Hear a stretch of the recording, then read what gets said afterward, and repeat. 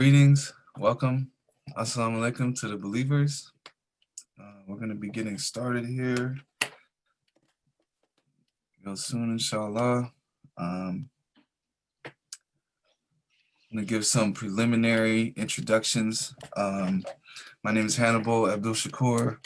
I'm a member of the Milestones organization, which is a network of believers who are working on various projects to build on traditions of Islamic struggle and struggles of liberation of oppressed people in various communities. And here on our program, we like to delve into all the relevant issues that we see as, very important things in uplifting oppressed people and relying on Allah and Islam as a basis for empowerment, growth, and struggle. So that's Milestones. Please like us, follow us on Facebook. We currently have a fundraiser that's a joint fundraiser that we're doing with Black Dawah Network. And so it's very important that you contribute if you're able to. We don't have major funding for the most part. We've done most of our work so far out of our personal pockets and donations. So it's very important that if people are able to, if you find our work relevant and beneficial, that you go ahead and find our fundraiser, which Tenzin, can you give us the title or the website just so people can get to it directly? Yeah, assalamu alaikum everybody. So the best way to check our fundraiser is really to go to our Facebook page. If you go to the Facebook page, it talks about Black Dawah Network and Milestones. That's the title of the fundraiser. And you will see it on the top of the page. It's right there. And when you click on it, it'll take you to a launch good page, and that's where you could donate. Inshallah, help us out if you're able. We're completely independent, and we're trying our best to work with Brother Hakim's organization, which is a really important organization, particularly at this time. Milestones as an organization, we realize that we have to collaborate with dedicated brothers and sisters who are in different formations, that we don't have to necessarily be the exact same Jamaat, but we definitely would like to work together as long as our principles are straight. But inshallah, it's on our page on Facebook. Inshallah. Yeah, so you guys may be familiar with myself and Brother Tanzeen Doha, who is a dedicated scholar on anthropologies of Islamic struggle. And we're sad to say that we don't have our sister Isra with us in conversation today because of some technical difficulties with her computer. So she is going to be helping us with playing some of the clips from the speeches we're going to be discussing. Initially, she was supposed to be also presenting with us and discussing these things with us. So we are sad that she's not going to be able to participate in that way, but she's still here, she's still present and very involved. So that's Isra Ibrahim out of South Florida, who's a very important thinker, very important up and coming organizer and revolutionary, and so we want to give her acknowledgement because she's a very important part of this program that we're doing in general and even specifically for this program we're doing today. So without further ado, I'm going to begin to get into some of the details of our actual program. So we're talking about, the series is called Look for Us in the Storm, the Successors of Malcolm X. And the main reason that we decided to put this series together is that we find, due to a general kind of lack of understanding of some histories or lack of access to some histories, that we find a lot of things get taken out of context with respect to Malcolm X. Some of his speeches get taken out of context. And then the general timeline of his development and growth as a thinker, as a political worker, as a Muslim, etc. Sometimes the timeline can be confusing and fuzzy for people. So we wanted to kind of bring people through his development, and we wanted to draw out his principles and the causes which he dedicated himself to, and elaborate them through a study of his direct and indirect students. And so we're going to be looking at some organizations, and more specifically at some individuals who we see as people who really carried on his struggle, and who really, carried the torch forward. And, for us, they've had a very, very big influence on some of us personally. We've had interactions with some of them. And so, we've been privileged to get exposed to this information and knowledge. And so we wanted to present it in an organized way and help people put some of the history in context, inshallah. Um, so before we get into that, before we even look at Malcolm, we have to understand that Malcolm was also a continuation of a particular tradition. That Malcolm didn't come out of a vacuum, and the history didn't start where a lot of people tend to think that it started. So to understand this, I'm going to give a brief mention to some of the people who came before Malcolm, and then we're going to talk about Malcolm. I mean, inshallah, we would like to go further into detail about some of his predecessors, but we're just going to mention them briefly for now. So, many people are familiar with Marcus Garvey. And so I'll start there at Marcus Garvey, whose creed was one God, one aim, one destiny. And we find this to be consistent with Islamic traditions of struggle, self-determination, and community building. And it's no coincidence considering the fact that Marcus Garvey's mentor was Dusay Muhammad Ali. And Dusay Muhammad Ali was a Sudanese Egyptian brother who early in life was, set out to be a doctor, but due to his father and brother being martyred in a battle against the British colonization of Egypt, it dramatically shifted his direction in life. And so after that, we find he got very involved in journalism, in writing, in political philosophy and thought, and organizing Africans in general. And he's considered to be the father of African nationalism as a concept. But we also understand that history has a tendency to read things in a secular way. And so one thing that we know from studying Dusay Muhammad Ali, and considering what influences we see reflected in Marcus Garvey, etc., that he had a heavy emphasis on these concepts that are consistent with Islam and consistent with Islamic practitioners and Islamic struggle. And so that's a very important thing to consider and to note. I was recently told that Marcus Garvey himself was actually a Muslim and took Shahada in London, I believe, or somewhere in the UK. I can't corroborate that, and I'm still actually researching some of those details.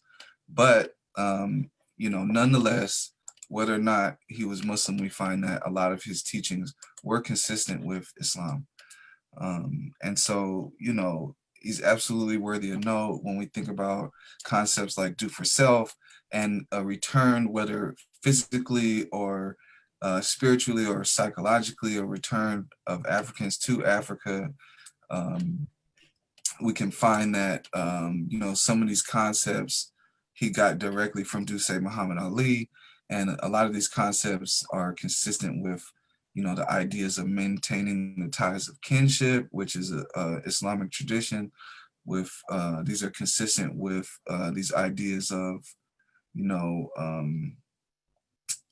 having a sense of dignity and honor in yourself and in you know, the community that you come from, which is very Islamic. And so these things are worthy of note. We know that Malcolm X's father, Earl Little, filed um, filed lawsuits on behalf of Marcus Garvey. So we know that Malcolm had this direct connection to Marcus Garvey, and so in that way, there's these direct connections that take his traditions and concepts back to people like Dussein Muhammad Ali, to, you know, even his father and brother who were martyred, and they were fighting under the leadership of Ahmed Arabi of Egypt. And one of the things that's interesting to note is that Ahmed Arabi was noted for being someone who was fighting against colorism or color discrimination within Egypt. So let's fast forward a bit. Earl Little, having been so outspoken in organizing Black people and, you know, pushing these ideas of self-respect and dignity for Black people, and, you know, do for self and self-determination, essentially became a target and was essentially beat to death by white supremacists of either the Ku Klux Klan or a similar formation. Um, and, you know, we also know that initially Malcolm X wanted to be a lawyer. And because of some of the things that he and his family went through, it put him on this specific path of having to deal with some of these things, which he had no way to ignore or look away from. And it's worthy of note to understand, for us as Muslims, we know that, you know, we make plans and Allah makes plans, and Allah is the best of planners. And so, you know, for all the suffering that he and his family went through, we're thankful that Allah had blessed us to be able to benefit from the experiences and the wisdom of Malcolm X, Hajj Malik al-Shabazz. And so it's important to acknowledge some of those things. So we know that, you know, Malcolm himself went through a lot of intense changes, you know, from being, you know, little Malcolm or Malcolm Little, and you know, going through foster system and you know, being in the streets of Detroit and in the streets of Harlem, and you know, some of the things that he was exposed to and involved in, to his experience and study in prison, and how he began to, you know, develop his mind in prison, and how he began to, as a part of his engagement with the Nation of Islam, he began to work on his own personal moral character, which ultimately culminated in him, you know, being involved in this struggle fi sabilillah, and reaching the level of development that, you know, that he became a shaheed, inshallah. And we ask that Allah have mercy on him and bless him and accept him as a shaheed. I mean, and after that, we know that his direct and indirect students carried his struggle forward. And so this series is, we're going to be starting out dealing with Malcolm, but the bulk of the series is we're going to be focused on those people who really accepted and internalized those principles and carried them forward. So this session today, we're going to be dealing with some of Malcolm's speeches, and we're going to be focused on drawing from them some of the more complex ideas, or you know, elucidating for people, you know, some of the things that we've been able to, you know, gain and understand from studying Malcolm's words, inshallah. And it's worthy of note as well that, you know, Malcolm X did put in a lot of work in understanding his people, how they communicate and how best to communicate to them. And if we take that serious, it helps us understand that Malcolm was a very deep thinker. You know, Malcolm was a very deep thinker, and he was very familiar with sophisticated ideas and philosophies. But he chose to speak in a way to make those things plain and immediately available and accessible to his people who he was concerned with uplifting and who he was concerned with supporting in their development of their moral character, of their spirituality, and of their political power. And so this is one of the main things that we hope, you know, people can take away from this. And this is one of the reasons why we find it necessary to break down things that he already communicated in a very plain way. You know, he communicated these things in a plain way, but we have to understand that he was dealing with very complicated concepts, and he was dealing with a very sophisticated understanding of spirituality, of politics, of moral character, and all of these things. And so, you know, that's what we're really hoping to communicate and to draw out for people.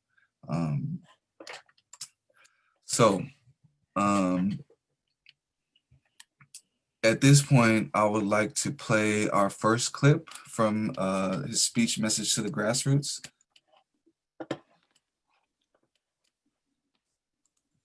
Inshallah, just a moment here, we'll get that going for you. And during the few moments that we have left, we want to have just an off-the-cuff chat between you and me, us. We want to talk right down to earth in a language that everybody here can easily understand. We all agree tonight, all of the speakers have agreed that America has a very serious problem. Not only does America have a very serious problem, but our people have a very serious problem. America's problem is us. We're her problem. The only reason she has a problem is she doesn't want us here. And every time you look at yourself, be you black, brown, red, or yellow, a so-called Negro, you represent a person who poses such a serious problem for America because you're not wanted. Once you face this as a fact, then you can start plotting a course that will make you appear intelligent instead of unintelligent. What you and I need to do is learn to forget our differences. When we come together, we don't come together as Baptists or Methodists. You don't catch hell because you're a Baptist, and you don't catch hell because you're a Methodist. You don't catch hell because you're a Methodist or a Baptist. You don't catch hell because you're a Democrat or a Republican. You don't catch hell because you're a Mason or an elk. And you sure don't catch hell because you're an American, because if you was an American, you wouldn't catch no hell. You catch hell because you're a black man. You catch hell, all of us catch hell for the same reason. So we are all black people, so-called Negroes, second-class citizens, ex-slaves. You are nothing but an ex-slave. You don't like to be told that. But what else are you? You are ex-slave. You didn't come here on the Mayflower. You came here in a slave ship, in chains, like a horse or a cow or a chicken. And you were brought here by the people who came here on the Mayflower. You were brought here by the so-called pilgrims or founding fathers. They were the ones who brought you here. We have a common enemy. We have this in common. We have a common oppressor, a common exploiter, and a common discriminator. So once we all realize that we have this common enemy, then we unite on the basis of what we have in common. And what we have foremost in common is that enemy, the white man. He's an enemy to all of us. I know some of you all think that some of them are enemies. Time will tell.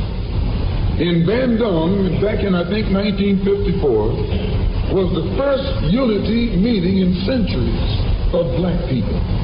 And once you study what happened at the Bandung Conference and the results of the Bandung Conference, it actually serves as a model for the same procedure you and I can use to get our problem solved. At Bandung, all the nations came together, nations from Africa and Asia. Some of them were Buddhists, some of them were Muslim, some of them were Christian, some of them were Confucianists, some were atheists. Despite their religious differences, they came together. Some were communists, some were socialists, some were capitalists. Despite their economic and political differences, they came together. All of them were black, brown, red, or yellow. The number one thing that was not allowed to attend the Bandung Conference was the white man. He couldn't come. Once they excluded the white man, they found that they could get together. Once they kept him out, everybody else fell right in and fell in line. This is the thing that you and I have to understand. And these people who came together didn't have nuclear weapons. They didn't have jet planes. They didn't have all of the heavy armaments that the white man has. But they had unity. They were able to submerge their little petty differences. So, a few thoughts on that. Number one, he starts out by saying that he's going to make the point to talk in a language that everyone can understand. And this is fundamental because when we're talking about change, whether, we're talking about social change, political change, etc., it's fundamental that everyone can access and participate. There's no change if it starts at some high elite level of understanding or language, etc. Right? So we know that that he made the point to emphasize this is a conversation for all of us to come into and to engage with. And so that's a very important point. He talks about, a very serious problem. America has a very serious problem, and we have a serious problem. And who is Malcolm talking to? He's talking to Black people, brown people, red people, yellow people, and even the so-called Negro, as he says. And this is important to put into context because in other places, Malcolm makes comments about the Black Revolution and the Negro Revolution, and we're going to get into that later as well. But with this and the way that he's presenting this, that we understand when he's using the word Black, he's talking about a particular kind of political consciousness. And he's talking about Black as being something which is not merely a specific ethnic group, but it's a tradition of darker people who are actively engaging in a struggle of liberation, a struggle of empowering the oppressed. And so this, for him, he's making a point to articulate this. And he says Black people, and then he goes on to say brown, red, yellow, and even the so-called Negro. And so this is important for people to understand and put into context. Because today when we hear people talking about things like Black nationalism, for instance, there tends to be, because of the way his history evolved and the way the use of the word Black has evolved, some of that nuance and some of that political nature of the term has been lost to a degree on some of us, like people from my generation. For example, we use Black in a way to be like reflective of something maybe somewhat different than what Malcolm was saying here. And then he goes on to say, you're catching hell because you're Black. And he says, and he makes a point to say that people are being oppressed because of these things. And it's not because of their specific philosophies or their specific religion or economic philosophy, etc., but that it's part of a larger pattern of this elitism white arrogance and white domination that is typically known as white supremacy. I find white arrogance and white domination to be a lot more accurate because we know that Allah is the one who is supreme. So, you know, he's articulating for us the pattern of what is the basis of white domination and arrogance. And he says, you know, you're catching hell because you're black. You're not catching hell because you're American, because if you were American, you wouldn't catch no hell. And this is it's a simple way of saying something, but it's very poignant and direct when you consider the idea of civil rights, right? When you consider the idea of civil rights, that it's a premise based on the idea that, you know, Black Americans or African Americans or Negroes are being oppressed within America because they're a part of a particular segment of America.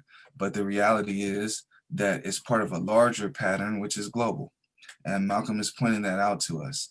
And even today, even in, you know, what many can consider as a post-civil rights era, we still find people obsessed with the idea of being American when those privileges have never been extended to them, And we can see that concept reflected in groups like ADOS, for example, American Descendants of Slaves. This is a misnomer. This is like a double speak, because if you were a slave, then you weren't American.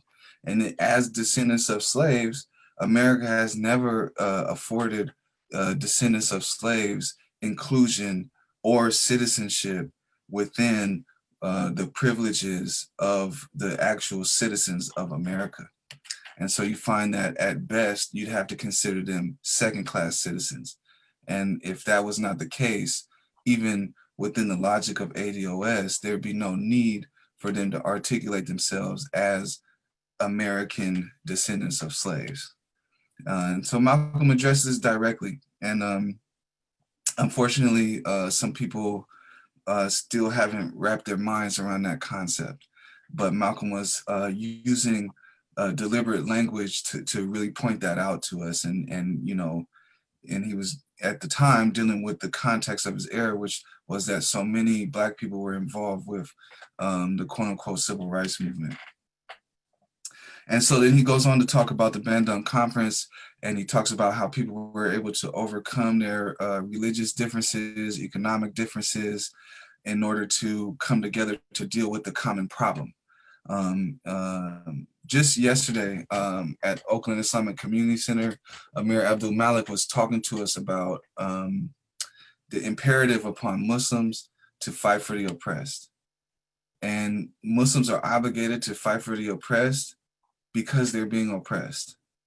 And I hope I'm not misquoting, but he was telling us that Ali radiallahu anhu said, the ultimate expression of justice is to help the one who injustice has been done to, right? So the ultimate expression of justice, the highest expression of justice, is to help to uplift those who've been oppressed. And so when we talk about people come together across religious differences, at least for us as Muslims, we know that there is an Islamic imperative and obligation upon the Muslims to stick up and fight for and to fight against oppression, to fight against injustices that are done to the oppressed people. And so that's an important concept, and we see that reflected in the way that Malcolm talks about the Bandung Conference. He goes on to say, you know, they didn't have nuclear weapons, they didn't have jets, they didn't have all the heavy armaments that you know, Europeans and Americans have, but what they had was unity, and they had unity. And this concept of unity ultimately is more potent and more powerful than all of the nuclear weapons, all of the jets, all the heavy armaments. And this is the point that Malcolm was making. And as Muslims, we know that unity ultimately is the source of unity, and what unity ultimately comes from is that Allah is one. Allah is ahad. Allah is one. And you know, this is Tawheed, that ultimately the oneness of Allah is the source of, you know, unity. And so, you know, as Muslims, this is a very important concept for us. And the fact that he emphasizes this is you know, is important for us to understand, because, you know, unity is way more potent than a nuclear weapon. It's way more potent than a jet, or, you know, in our era, we're dealing with drones and this kind of thing, right? And unity is still nonetheless more powerful and more potent. And so he, you know, he was expressing that concept to us, and he was raising that concept up for people, because, you know, even in that time, even with so much activity around, you know, Black people fighting for, either they're fighting for self-determination or they're fighting for civil rights or what have you, they were fighting against oppression.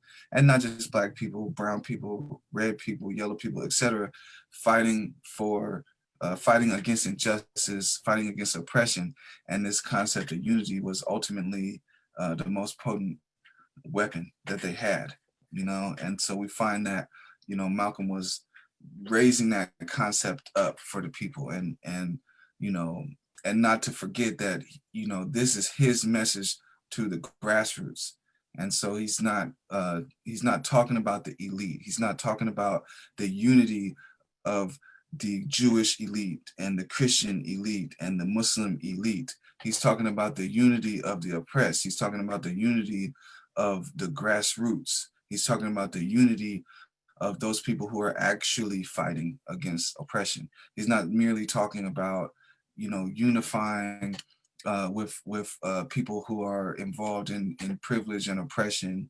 He's not merely talking about unifying as oppressors or as privileged groups. He's talking about the grassroots unifying to fight oppression. So at this point, I would also like to play another clip. We're gonna play our second clip that we have for you today. And just give me a second here and we'll get that loaded up for you, inshallah. I would like to make a few comments concerning the difference between the Black Revolution and the Negro Revolution. There's a difference. Are they both the same? And if they're not, what is the difference? What is the difference between a Black Revolution and a Negro Revolution?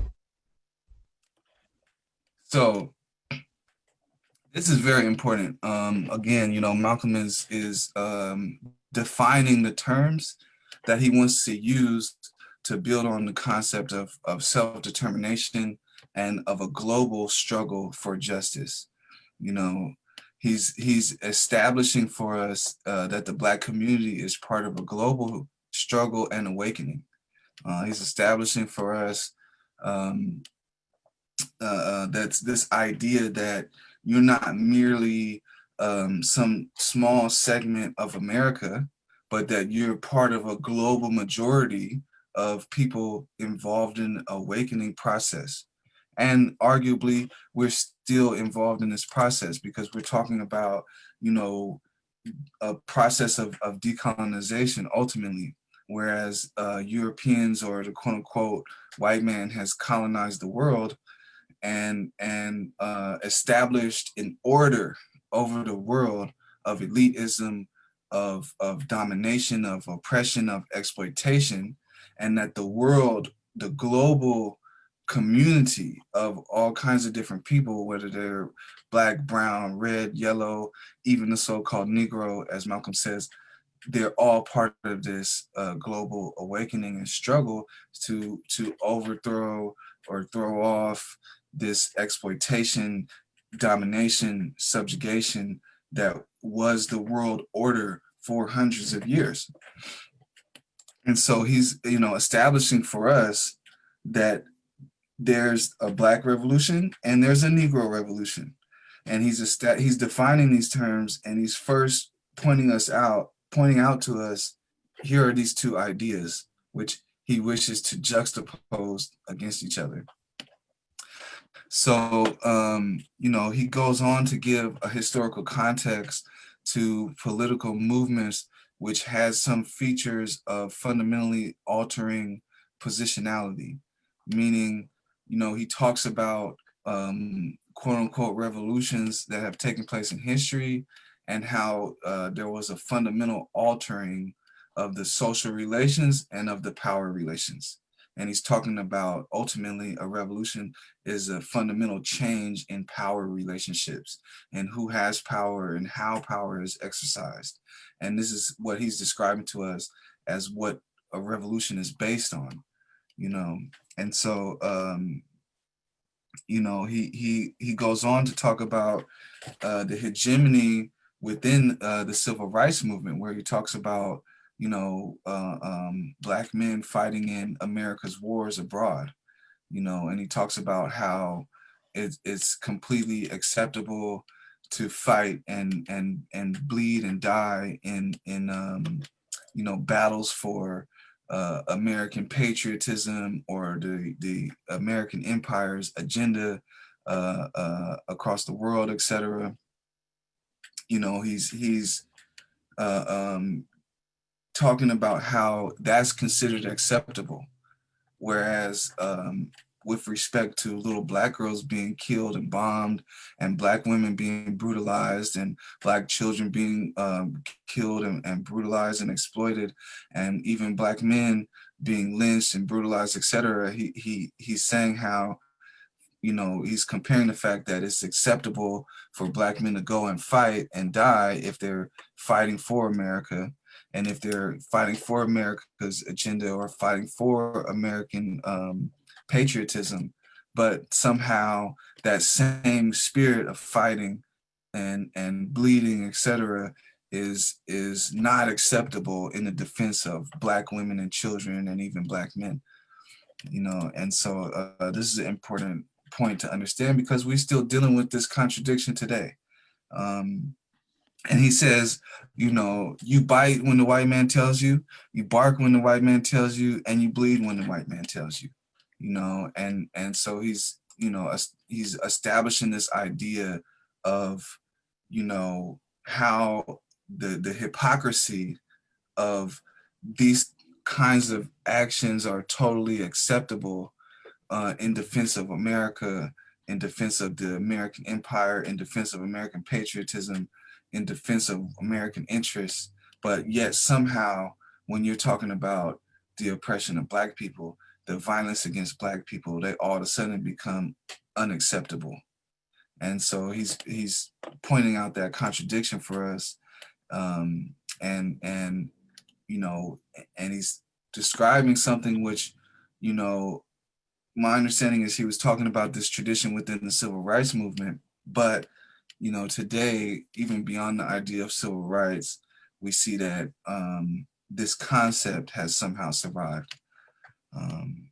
And so I would like to go on to our third clip, inshallah, and give us a second to get that loaded up for you, and we'll play it now, inshallah. If violence is wrong in America, violence is wrong abroad. If it's wrong to be violent, defending Black women and Black children and Black babies and Black men, then it's wrong for America to draft us and make us violent abroad in defense of her.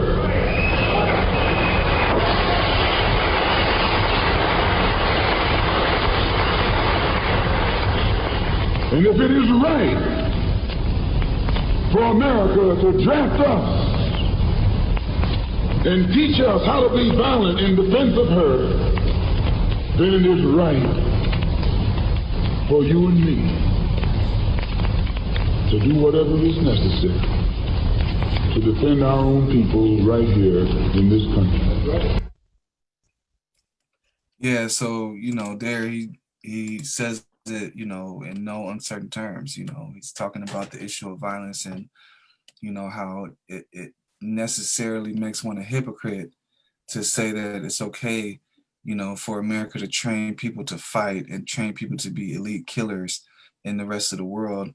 and somehow the smallest defense or the smallest acts of fighting back against the oppression of Black people are somehow wrong, you know. And so he's talking about this idea, you know, he's establishing a moral question, you know, when he says if it's right to do this for America, or how is it wrong to do this for Black people. And he's establishing that, you know, it's not a question of morality, it's a question of valuing the lives of Black people, and you know, the idea that Black life doesn't deserve this kind of action in defense, but you know, the rights of some group of people that America determines to be oppressed in some other part of the world, it's okay to train elite killers to go in and force democracy upon different nations within in the world. But you know, somehow it's morally wrong to you know, to use this kind of force in the defense of Black people. And you know, he's saying ultimately it's right for us to do whatever we have to do to protect our people, you know. And he's not advocating violence, but he's clarifying for us the hypocrisy that says on the one hand it's okay to fight for the sovereignty of a nation or fight for whatever, you know, those things, and it's wrong to fight for Black people. And yeah, and ultimately, you know, he's saying that we got to do that, whatever we have to do to defend our people, and that this is fundamental concept. You know what I mean? It's not a moral question. It's a question of life. It's a question of valuing life. Like when people talk about Black Lives Matter versus All Lives Matter, if all lives matter, then you take the same approach in the defense of all lives. You don't decide that we have this, you know, higher standard for whites or for lighter people, and then we have a much lower standard of action for Black people who are constantly the targets of such horrific violence and subjugation. You know, so yeah, you know, this is some of the things that he's establishing for us early on. And just want to check for any questions, inshallah. Can I ask you a question, Hannibal? Go ahead, inshallah. You were kind of talking about the Negro Revolution and the Black Revolution and the difference, and you were focusing on the elites that are in different communities and the hegemony, basically, of a certain political class that has an influence. Would you be willing to share maybe contemporary in our situations, our struggle, how that's relevant and so on? Absolutely. Yeah, I mean, this is an important concept that I'm really trying to dig into with this. And I would like to play our 5th clip first, and then I'll give some comments on that. And this will all be like an answer to that question, inshallah. Inshallah.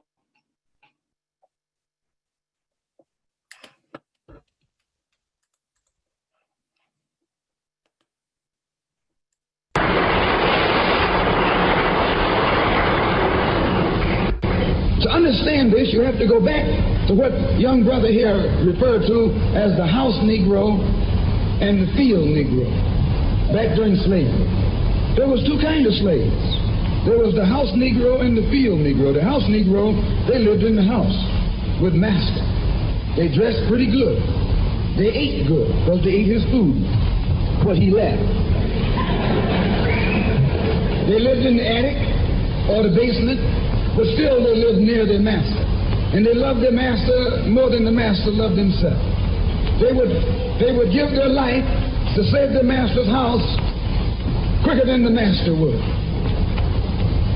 The house Negro, if the master said, we got a good house here, the house Negro said, yeah, we got a good house here. Whenever the master said we, he said we. That's how you can tell a house Negro.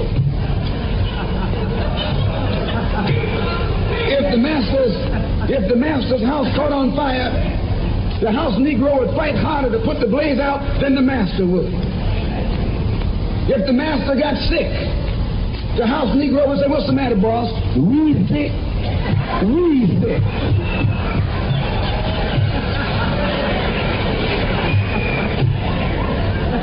He identified himself with his master more than his master identified with himself. And if you came to the house Negro and said, "Let's run away, let's escape, let's separate," that house Negro would look at you and say, "Man, you crazy. What you mean separate? Where is there a better house than this? Where can I wear better clothes than this? Where can I eat better food than this?" That was that house Negro. In those days, he was called a house nigger. And that's what we call him today, because we still got some house niggers running around here.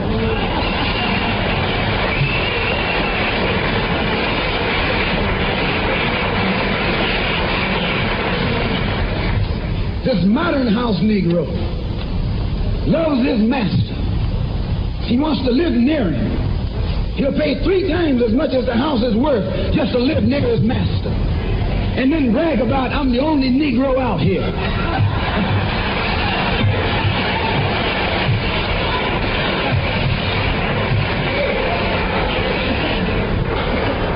"I'm the only one on my job.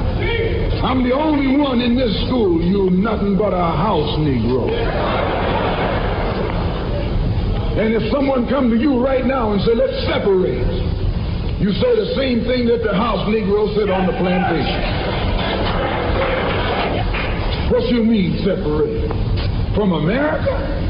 This good white man? Where you gonna get a better job than you get here? I mean, this is what you say. I ain't left nothing in Africa. That's what you say. Why, you left your mind in Africa.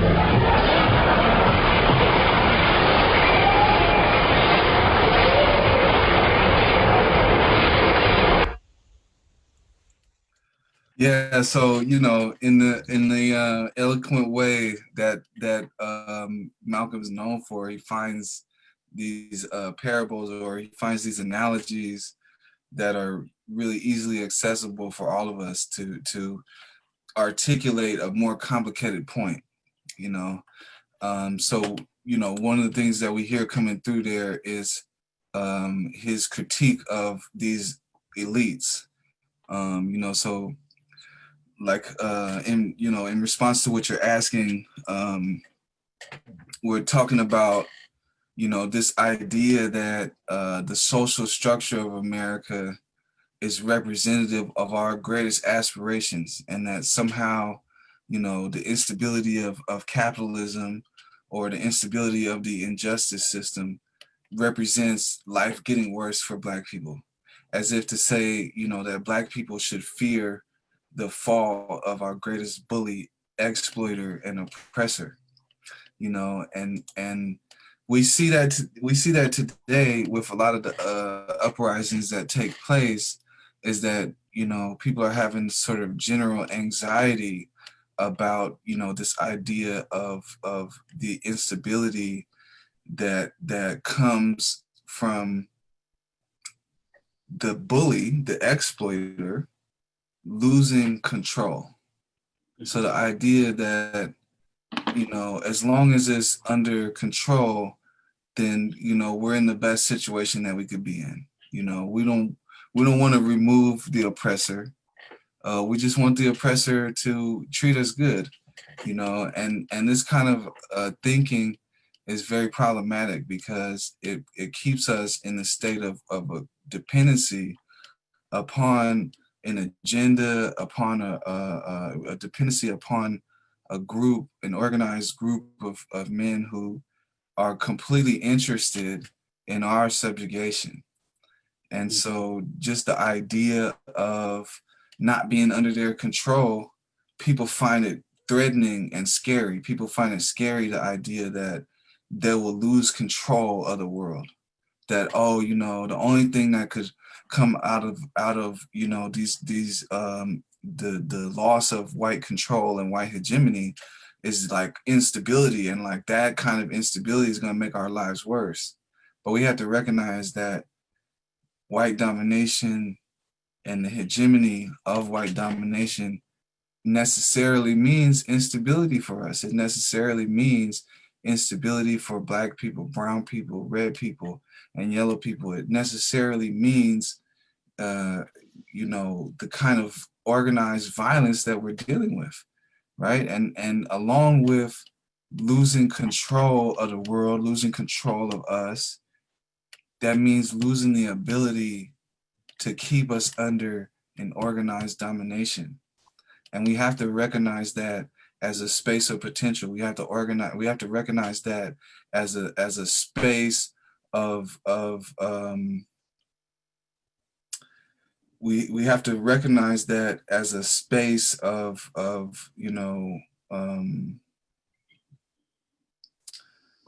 great potential, in the sense of, if you're being held back, if you're tied up, right, you may not know what comes after you get untied, but definitely being untied is better than being tied up, right? It means that you're going to have to deal with freedom as a responsibility, as a potential of uncertainty, but that uncertainty is certainly better than the certainty of being dominated. And this is what Malcolm was using an analogy of slavery to articulate this point for us. And I would like to assume that he's kind of attaching us to the idea of owning our own freedom. He's showing us the kind of crazy state of mind that one has to be in to prefer slavery to uncertainty, right? And as Muslims, we are not servants of men. We're servants of Allah. And so when we say La ilaha illallah, we mean that no one is worth being a servant to other than Allah. No man is qualified to be a master over us. No man is qualified to own us and control us. And so for Muslims, we got to understand that analogy. And then as Black people, we have to understand that, freedom is uncertainty. Freedom is uncertainty, but it's also empowering because we are able to set our own course, right? And it begins with accepting the idea of the uncertainty of freedom. It begins with letting go of the attachment to letting go of the attachment to what we consider as a great quality of life in America, what we consider as all of these great privileges that America produces. And considering that because America has all this technology and has all of these kinds of excesses, that makes it more civilized and that makes it better for us than the way some people are living in Africa or in parts of Asia or wherever in the world, right? That we have the best possible situation we could have, right? But we have to recognize and acknowledge that there is a global power structure that's in place, that's constantly creating and recreating instability, violence, and subjugation in our lives, And then the other thing that we find expressed in there is to get, back to the question, is the work of the Black elites. The work of the Black elites and the Muslim elites is to keep us involved in projects that reaffirm the hegemony of white domination. Projects that keep us involved in the work of updating the system of controls, which allows a corrupt society to continue to stand, while the Black, the poor, the righteous, and dispossessed are continually being targeted and systematically destroyed. And so we find those elites constantly involved in this work of, legitimizing and building on the moral authority of this corrupt system, the idea that it's the best system available, the idea that, this is the best that you can get, those are projects which are designed to keep us involved in fixing up the system as it's collapsing. we're dealing with a system that's collapsing economically, morally, politically. It's a system that's decadent and falling apart. Yet we find these elites are trying to improve it. They want to update it. They want to have more progressive American government. They want to have an American government that could last another 400 years, and we have to understand that to be problematic, because they're more involved with stabilizing the rule and control of white domination than they are involved with empowering the grassroots, empowering the Black and brown masses, empowering the dispossessed people to gain more control over their lives. They're not involved with projects of empowering the poor and the dispossessed. They're not involved in projects of empowering Black people. They're involved in projects of reinvesting our minds and our hearts into a system that's proven over generations to be invested in our destruction. So that's something that I feel that clip captures that well, and unfortunately today we're still dealing with that same tradition. Absolutely.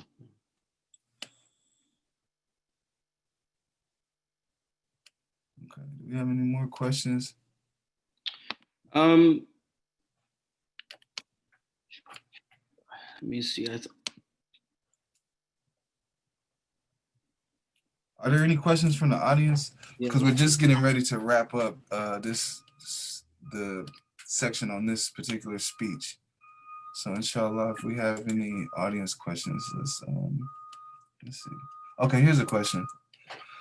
And this is from Yarik. I hope I'm pronouncing your name right, Yarik Hernandez. And forgive me if I'm not, please. I have two questions of clarification. One, could you clarify your use of the term hegemony for those that might not know? And two, how do you reconcile the possibility of uncertainty and chaos that often accompanies revolution with the tradition of fixed position for maintaining order? So I'll start with the latter. One thing we have to understand, that white domination is disorder. White domination and Black subjugation is disorder. So there's no fixed obligation to uphold white domination. It's not order for Black people. It's order for elites. It's order for those people who are most interested in creating and maintaining wars across the planet. So when we think about instability, there is an organized agenda of instability in the world. And that is empire, that's what the American empire is based on. That's what, the intervention into other nations, the military intervention and the instabilities that are created around the world intentionally by the Pentagon, that are organized and designed by the Pentagon. It's an agenda of disorder. It represents disorder for those people who are being bombed. It represents disorder for those economies that are being collapsed. For example, with respect to the economies, you can look at the writings of people like John Perkins, who talked about this idea of economic hitmen who go into different nations and they design economic deals on behalf of World Bank or International Monetary Fund, etc. And they design these economic deals which create like massive disorder in different countries, etc. Right. So when we think about the idea of maintaining order, we have to question if we're talking about the uncertainty. And I wouldn't call it chaos. I would call it uncertainty, because revolution could never be chaos. And the reason I say that is because it would take a very, very organized agenda to uproot this kind of domination. A chaotic events, a series of chaotic events would actually never lead to change, because this agenda is so organized, right? And we see that, you know, the American empire and, you know, the agendas of white domination are actually utilizing chaos against us, right? It is chaos in Black life. It is chaos in the ghetto. It is chaos in parts of the world that have been targeted and attacked, bombed, etc. It is chaos in Syria. It is, you know, chaos in these different places, you know, that have found themselves at the you know, at the receiving end of this violence, you know. So we have to understand the terms that we're using, you know. If it was order, then perhaps there would be an obligation to uphold it. But, you know, when we're really actually talking about an organized agenda of disorder, there's no obligation to uphold disorder. And I think that perhaps some people might use that kind of rhetoric or use that misunderstanding of fiqh to justify certain positions that they've taken. But the reality of the situation is, you can only take that position if you're thinking from a privileged perspective, because we are dealing with, you know, Black people are dealing with disorder. Black life is necessarily in a state of disorder, you know. With respect to the question of hegemony, ultimately, the way I'm using it is we're talking about a type of coercion or a type of force of forcing people to go along with something which they otherwise wouldn't go along with, to go along with something that's not in their best interest, and by using means other than direct violence and force. So they use means of scholarly traditions, they use means of institutions like you know, universities, etc. They use means of traditions of thinking and schools of thought, and you know, moral questions. They use traditions of media, etc., to influence people and to pressure people into accepting things that are not in their best interest. You know, into accepting and perpetuating an agenda that is harmful to them, or harmful to their constituents, or harmful to their community, etc. But they're not doing it at gunpoint. They may be paid to give certain talking points, right? So certain schools or scholars, they will get funded if they're saying the things that fit the narrative of the dominant structure, right? Of the structure of dominance. If they're saying things that are suited towards those interests, they'll get funded, right? And if they're saying things against it, they'll get defunded. They'll get defunded, and some of them will actually be killed. You know, and you know, but specifically, you know, we find they're you know, using these different means primarily with money. You know what I mean? And you know,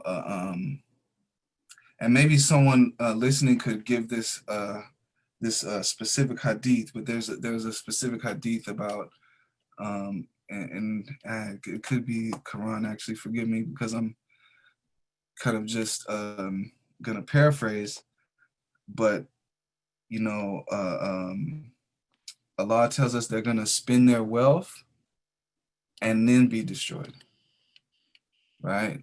So there's gonna be this process of using money to fight against the truth, to fight against justice. They're expending their wealth only to lose in the end. And I think that also gets at hegemony in the way it's primarily from wealth. It's primarily from wealth that they use these methods of influencing us, right? That's not at gunpoint, but yet and still they're coercing us into harmful states, into positions into weakened positions, into accepting our subjugation and domination. You know. Can I quickly add something to the question? Please. So, yeah, just wanted to add to to this question. It's a good question. I think one thing I would say about the second point about maintaining order is that the Islamic corpus is really rich and it has a lot of texture. And there are a lot of contestations actually about these debates about maintaining order. So the real question we should ask is like, why is it that certain specific considerations in an Islamic debate are applied to America to maintain order in America? That's number one. And who does that? What does it help?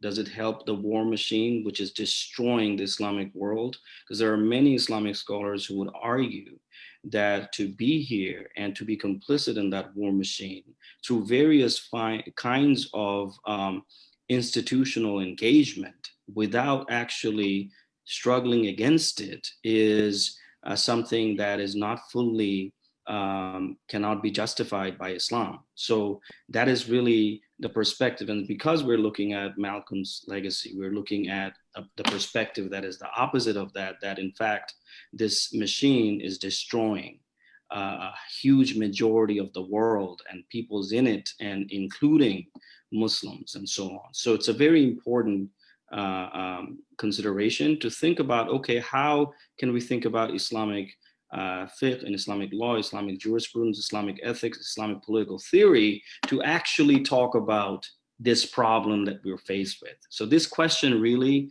should be a question we should ask folks who are trained in classical theology, classical Islamic studies, to provide us with those answers that actually allow us to completely interrogate the American war machine in the project. Yeah, absolutely. And you know, one thing also to consider, because Malcolm really talks about this, if you think about it, right? If we can Right. interpolate a bit. I had another clip designated, but I'm noticing I'm going a little over time here. Okay. But you know, towards the end of this particular speech by Malcolm, he discusses this concept of the Big Six, you know, and so Malcolm talks about how, you know, at the grassroots level, Black people were heightening the way they were fighting back at a certain point, right? And that the quote unquote civil rights leaders, the nationally prominent civil rights leaders were morally bankrupt as leaders, and that actually were financially bankrupt due to so many arrests for, you know, fighting for civil rights, basically, right? They had to bail out King a number of times, and you know, there was a number of things that were really costing them a lot of money. And so they begin to argue with each other. The civil rights leaders begin to argue with each other and have major conflicts with each other that were being played out publicly in the media, at which point, you know, this is when the white power structure steps in and says, look, you guys are letting this thing get out of hand. Negroes are uprising. They're talking about shutting down Washington. They're talking about shutting down airports and blocking the runways. And they're talking about doing a number of things. And it was scaring them to death. Malcolm said it was scaring them to death, you know, and at this point it became imperative that something be done about it. And they couldn't directly attack it, because if they directly attacked it, that would establish a rally point for these Black uprisings. That would establish a rally point for Black people to focus and target the organized agenda that was fighting against them. And their approach was, you know, to gather up the quote unquote civil rights leaders, the prominent ones that Malcolm calls the Big Six. And they had a meeting in a hotel that was owned by the Kennedy family, who was the president at the time. So they have this meeting to talk about how they're going to take over the activity that was coming from the grassroots, almost spontaneous, but very organized. And so, you know, it was a major threat to them, and they had to figure out a way to deal with that. And so they sent in these civil rights leaders. In order to do that, they established a fund for them, and they put I want to say Malcolm, Malcolm said it was about $1 million they put into this, and all of this he talks about in the speech, towards the end of the speech, and hopefully everyone listened to the whole speech before now. But inshallah, if you haven't, after this, take the time to listen to it, because he actually pulls the receipts and he goes into detail about this, and he talks about how they weren't a part of this thing, but they put the money up to make them a part of it, to raise their voices above others, to raise their faces above others, and so that they could have a dominant influence over this activity that was coming from the grassroots level.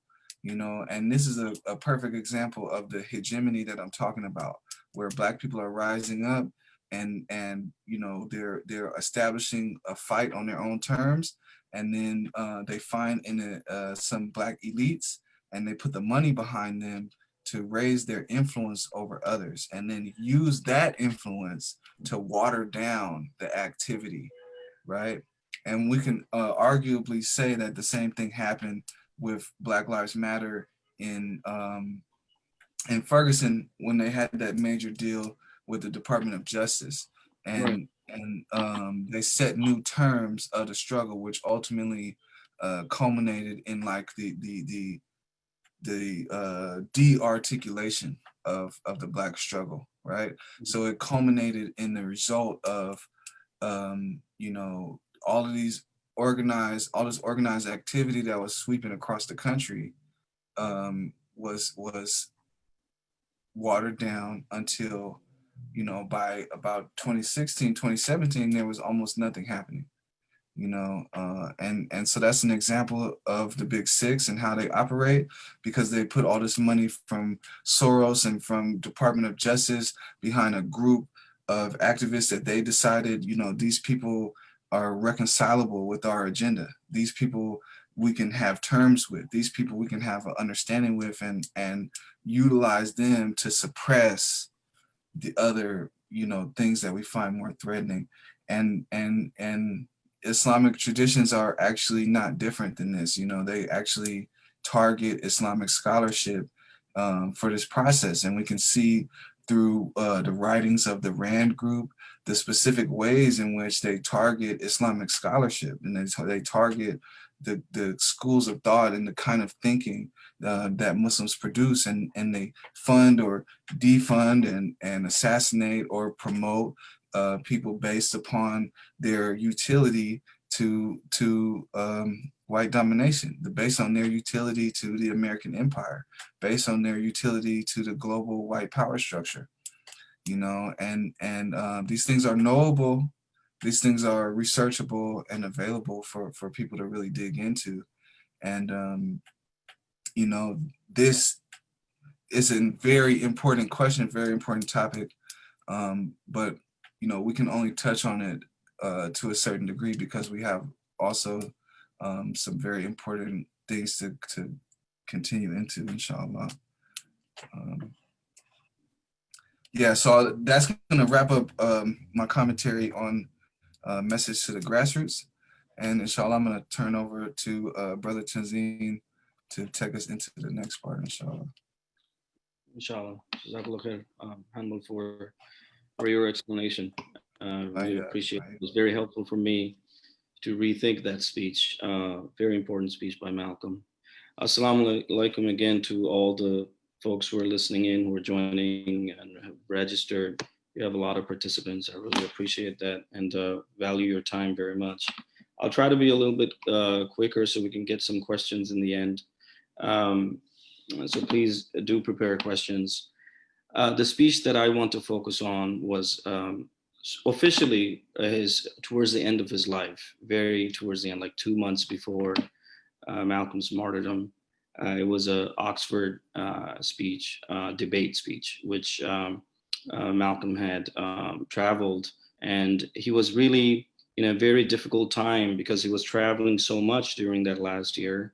He didn't even have enough family time, and he kept on writing to Betty Shabazz how much he wants to go back, how much he misses his wife and his children. But he had to go back and then quickly return to go to Europe because one of the historical contexts of why he went to Oxford is that in 64, there were things happening in Oxford. The Black students have organized, and Malcolm was notified by Black students that they were organizing against housing discrimination that was happening to Black students. And in 64, in Oxford, the students had elected this radical Jamaican student who was the student president. So he wanted to, he contacted, and so Malcolm wanted to attend to that and wanted to use that platform.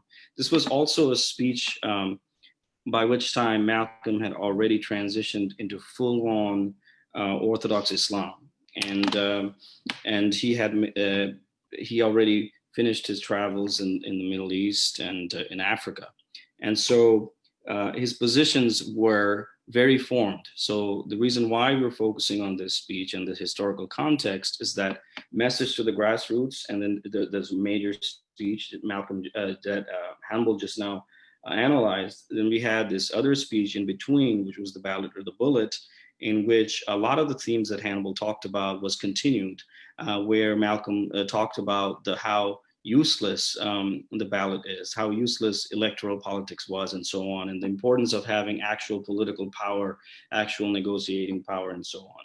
And then we moved to this last speech in that year, which was the speech in Oxford Union. So about 2,000 students had organized that that protest in Oxford about housing exclusion of Black students at the university.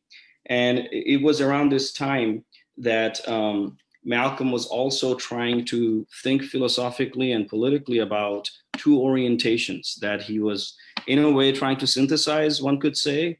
But we want to be very careful about what he means, because for our Islamic audience in particular, that on one hand, he had, as far as overground organizations go, he had the organized OAAU, and then he had the Muslim Mosque Incorporated, right? So one was a religious organization that worked on moral reformation and how to think about ethics, how to think about the psychological condition that people were going through, and how Islam could be a medicine for that. Just like how he was helped by Islam and how he was transforming himself when he went on his travels and really understood Sunni orthodoxy. The other thing is that when he was engaging with OAAU, he had to use the language of Black nationalism because it was about that unity that was required. And he understood that there is specific things that Black people were going through because of the legacy of slavery. He understood that Black people's condition in America was not fully recognized even by the decolonial leaders in Africa, even by the Islamist leaders in the Islamic world. They weren't paying attention in the way that Malcolm wanted them to pay attention, to put actual international pressure outside of the civil rights paradigm. So that's why the whole point of human rights was to actually have a much more global language to address the American white man. And so it was very important for Malcolm to use that technique. In one of his notebooks, he talks about wearing two different hats depending on circumstance. It doesn't make Malcolm less serious about Islam. He's actually able to keep this big circle of Islam within which Black nationalism provided specificity to think about economic life of Black people, social life of Black people, spiritual life of Black people, and the political philosophy of Black people, and which was not actually the conventional cultural nationalism at all. Because we know from the earlier speech that when Malcolm was talking about the Vietnamese fighting against the Americans, that they were fighting for the Black Revolution. So on one hand, Malcolm had a certain kind of theoretical flexibility in the way he conceptualized Blackness, but at the same time, it was very specific about how the entire world has been constructed on the basis of slavery specifically, and how that world created the gradations of color, which basically is the basis of the world. And he understood that. So the entire politics there is not simply a kind of multicultural revolution, but it was actually an antagonistic notion of revolution that addressed the problem. And he understood Islam to be a solution for that. And he did not see a big contradiction between the way he understood Black nationalism and Black specificity in understanding history and how Islam understood it. One of the things I want to actually really emphasize is that in the Oxford speech, Oxford Union speech, which we'll play some clips of, but I want to first kind of quickly go there because I want to save a little bit of time, is that by the time Malcolm X had traveled to Middle East and he goes to the Oxford speech, he actually says in that speech that my religion is Islam. I follow the Prophet Muhammad sallallahu alaihi wasallam, basically. And then he said that if there's something wrong with that, then he stands condemned. So he was very clear that this was a global platform. So he was not doing the kind of careful thing that put religion in the closet. By this time, Malcolm was like, I'm Muslim. This is the solution. And we have to address the question of liberty through extreme methods. And he understood also politically conjunctive work with others. So he didn't, whoever wanted to address this antagonism properly with a properly targeted extremism, not random violence, but properly targeted, very specific and strategically careful, that he would be okay with that. So that's very important and key here. The other thing is that when Malcolm was going to, this is a very important actually information, I don't know how many, maybe there are Malcolm scholars who are listening, and to you this is old news. But when Malcolm had gone to Egypt at the time, he had to write on the state notebook, the guest book, who he was, and this is in quotations. He said that he was the leader of Islam in USA.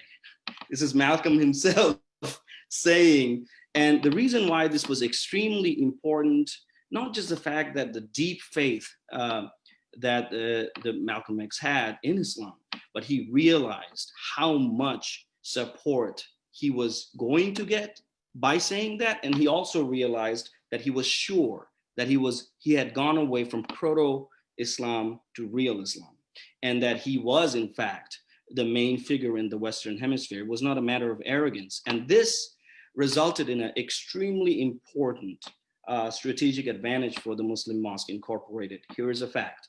After his travels to the Middle East, Malcolm was guaranteed 20 scholarships by Islamic countries for people who were working with him to receive free scholarship education, specifically on Islamic studies.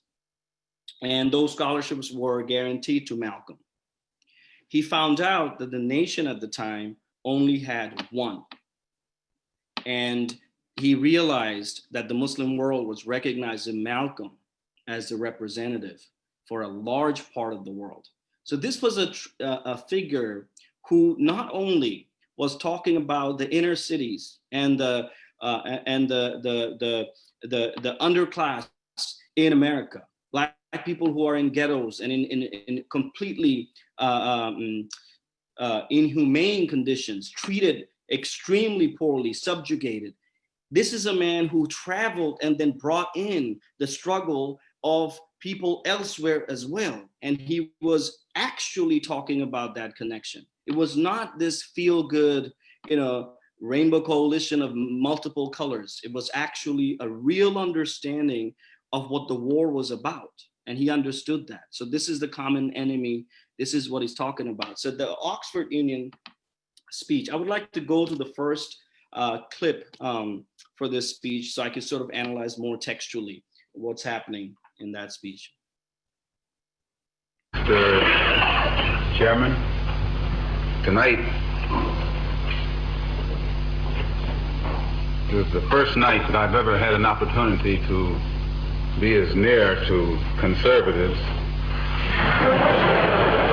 as I am. And the speaker who preceded me, first I want to thank you for the invitation to come here to the Oxford Union.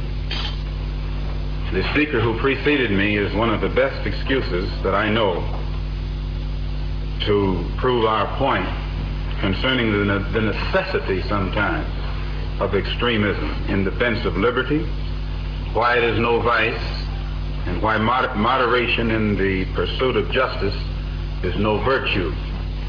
I don't say that about him personally, but that type is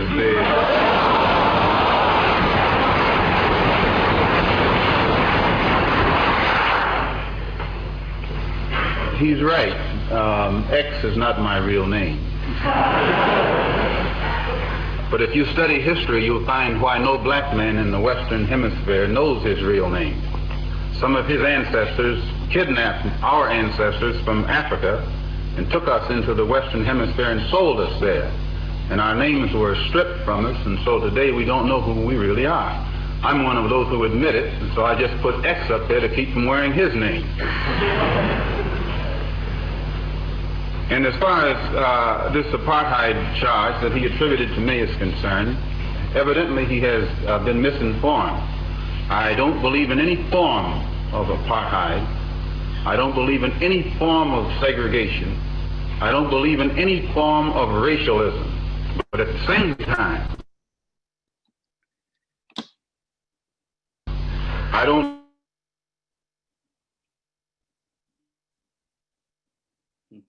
endorse a person as being right just because his skin is white.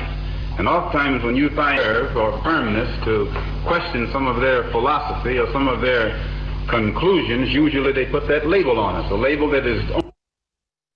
Yeah. So that is the beginning of the speech, in which he is doing something very different. We know that Malcolm historically have talked about used typologies to talk about different groups. We saw that in the other speech. He talked about the white man, or he talked about the man sometimes. He uses other typologies like the wolf, the fox, house and field Negro, and so on.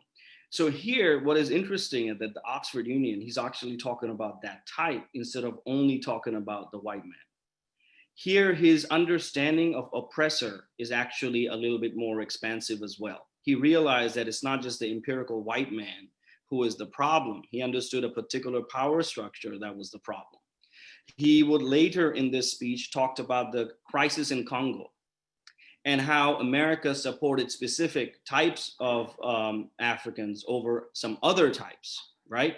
So this is very important how much Malcolm is advanced in his thinking. So, you know, the whole stereotype that Malcolm was only doing kind of anti-white identity politics is entirely wrong. He's very concrete about how he's understanding the details of who the enemy is. So I wanted to play that part in the beginning. And the other part is he's arguing and debating someone named Humphrey Berkeley, I believe. And this was a conservative person who actually historically, folks should just Google search him. It's important here to realize that that person who later on fights for gay rights, etc., that when we think about Malcolm's politics, that it's not just about a politics of inclusion. So he's fighting people who switch up from liberalism and conservatism, all of these things, but it's people who are trying for the state to just give basic recognition while maintaining the state's order. And that's the kind of civil society politics Malcolm disliked. So it's very important to focus on who he was debating as well, right? He's actually a very flexible conservative, one could say, who changed up positions later on in life and so on. So that's another point. I would like to look at a dimension of the speech, which was very, very, very important, is that Malcolm in this specific speech actually goes after the notion of media creating certain images of extremism. So the point of why people have a particular kind of paranoia and anxiety about the term extremism has a lot to do with how media represents what extremism is, or how it defines what extremism is. He actually mentioned media or newspapers 25 times in this fairly short speech. So this was an assault on the media, particularly the American media, in shaping the mindset of how news is going to be received in the non-American world, including in Britain. So it's very important to kind of understand this. So if I want to hear a couple of clips, 2 and 3, quickly, to think about this notion of image and media? I just take time to make these few things clear because I find that one of the tricks of the West, and I imagine my good friend, or at least that type, is from the West. One of the tricks of the West is to use or create images. They create images of a person who doesn't go along with their views, and they make certain that this image is distasteful, and then anything that that person has to say from there on in, is rejected.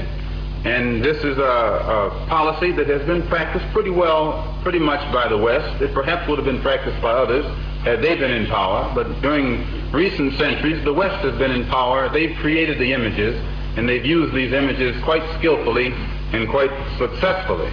That's why today we need a little extremism in order to straighten a very nasty situation out.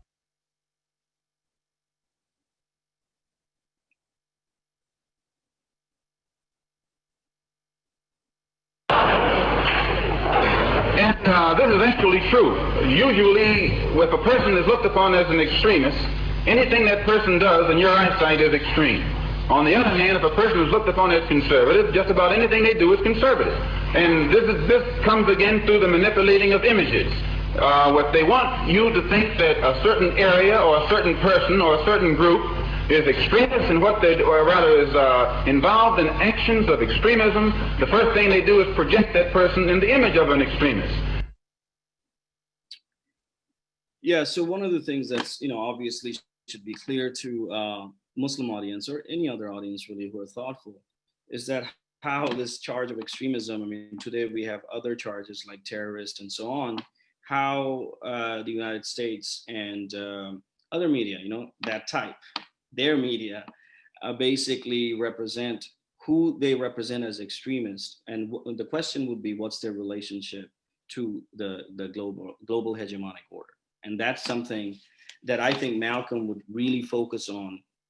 And it's an extremely important point. The other thing is the way Malcolm engages with extremism in a very complex and nuanced way. So on a broad, the first instance you would think, okay, he's arguing for extremism and the opposing person is fighting for moderation, right? So that's the basic dichotomy. But Malcolm is showing by deconstructing what extremism is, first of all, by talking about the representation in the media and the understanding of it that's already out there. So what is common sense about extremism is something Malcolm is questioning. That's number one. But then he's saying that, listen, if when we think about extremism, almost immediately we think about race. So we think about what are we talking about? Who is extreme according to white, according to black, according to Asian? And he's saying, let's pause, let's suspend that race question first. Let's think about just extremism as a concept. So if someone is oppressed, as a logical understanding, he's saying they're supposed to do whatever extremely possible to resolve that situation of oppression. So that's the first thing. He's kind of doing a kind of ahistorical, logical explanation of what extremism is. That's number one, step number one. Step number two is he's then showing, well, now let's focus on how extremism is portrayed, how it actually sort of creates a game for us where we can't win it from the beginning. They've already determined extremism means you need to be destroyed. That's already determined ahead of time. So that needs to be questioned. So he's saying, well, now we have to think about, and next level is I'm going to support extremism in order to actually address this question of a real antagonism that that type is created and invented in this world. And so in order to deal with that, and he's talking about the climate, there's a revolutionary climate, everything is, the situation itself is extreme. There's no, so he's realizing, again, that really good question that the brother asked about whether is a state of order, right? Or a state of peace, or there's no state of order. Situation is extreme. Situation is extreme. We're looking at today's world. I'm going to quickly go to the sort of relevance of today. That we're looking at today's world. We just saw George Floyd on camera getting brutally murdered. We're seeing inner cities in America exploding with mass militancy. We're seeing conversations of various forms of reform as well. And which direction that goes is entirely dependent upon how people engage in their political work. So Malcolm is very clear here that one of the things I would say is that after this speech, if you look at sort of the last year of Malcolm's life, and of course, we're still looking at all the important things prior to that as well. But I want to just connect to what Hanbal was doing about the first speech and connect it to that speech and that year, is that we see a multidimensional, insightful leadership from Malcolm X. He is doing work at so many different levels, not just two organizations, right? First of all, he's trying to infiltrate the civil rights struggle. At this point, he's out of the nation. He's not stopped by the nation anymore. He wants to identify specific locations in the civil rights to create pressure and kind of disrupt that situation. And by this time, his lawyers are communicating with King. So there is a lot of communication about how to actually do conjunctive work, right? So not agreeing with principles necessarily, because Dr. King actually, up until the last breath, was quite committed to nonviolence, right? So he's not a pacifist, but he's quite committed to nonviolence. So Malcolm here ends the speech, and we were going to listen to clip 4 and 5 by talking about, of course, that he supports under certain considerations. So civil rights is one way. Then he's also talking about how we're going to cover Max Stanford and Muhammad Ahmed, and he's communicating with a lot of local leaders to talk about actual engagement where police is killing Black people, to actually fight back against that very directly. And so this is going to come up in our series later. But so the multidimensional component, right? On one hand, talking to decolonial leaders who are Black nationalists directly in a language that they understand. Talking to the Islamic world through the language of Islam and Islamic militancy in the language that they understand directly. Literally saying that he's leader of his, in quotation, leader of Islam in the US, right?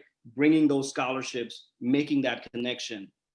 And then talking to local Black student leaders who are going to go around and radicalize people that was underground. So it's very important to understand that what Malcolm here is doing, none of this is about what we've been noticing. This is why we have this series. None of this is about how Malcolm has been represented in a lot of online conversations recently, in which Malcolm has been represented, sort of trying to create an alternative civil society, basically. And we've been talking about this for the whole year. And we have evidence that shows and demonstrates that he was not one-dimensional, and even his civil rights infiltration was about actually pushing it to the furthest extreme. So there's mass shutdowns of things. And so this is extremely important for us to realize. So I would play the last 2 clips really quick, and I would end my session there and open to questions afterwards, inshallah. I'll add a couple of... Meantime, you have a country, supposedly a democracy, supposedly the land of the free and the home of the brave, and it can't enforce laws, even in the northernmost cosmopolitan and progressive part of it, that will benefit a Black man. If those laws can't be enforced, or that law can't be enforced, how much harder do you think we will get when they pass some civil rights legislation which only involves more laws? If they can't enforce this law, they'll never enforce those laws. So my contention is that we are faced with a racialistic society, a society in which they are deceitful, deceptive, and the only way we can bring about a change is to talk the kind of language, speak the language that they understand. The racialist never understands a peaceful language. The racialist never understands the nonviolent language.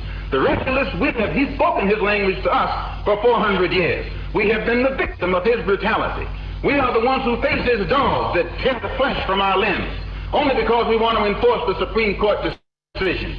We are the ones who have our skulls crushed, not by the Ku Klux Klan, but by policemen, only because we want to enforce what they call the Supreme Court decision.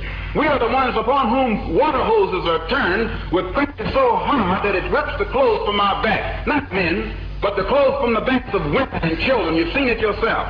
only because we want to enforce what they call the law. Well, anytime you live in a society supposedly based upon law, and it doesn't enforce its own law because the color of a man's skin happens to be wrong, then I say those people are justified to resort to any means necessary to bring about justice where the government can't give them justice. Nobler in the mind of man to suffer the slings and arrows of outrageous fortune, moderation, or to take up arms against the sea of troubles and by opposing, end them. And I go for that. If you take up arms, you'll end it. But if you sit around and wait for the one who's in power to make up his mind that he should end it, you'll be waiting a long time.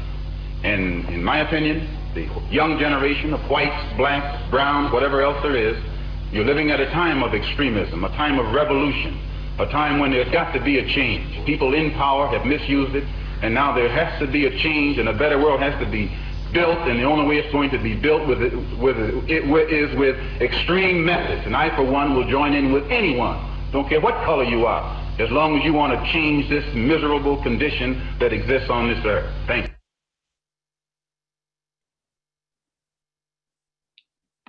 Yeah, I couldn't have a better ending than Malcolm himself.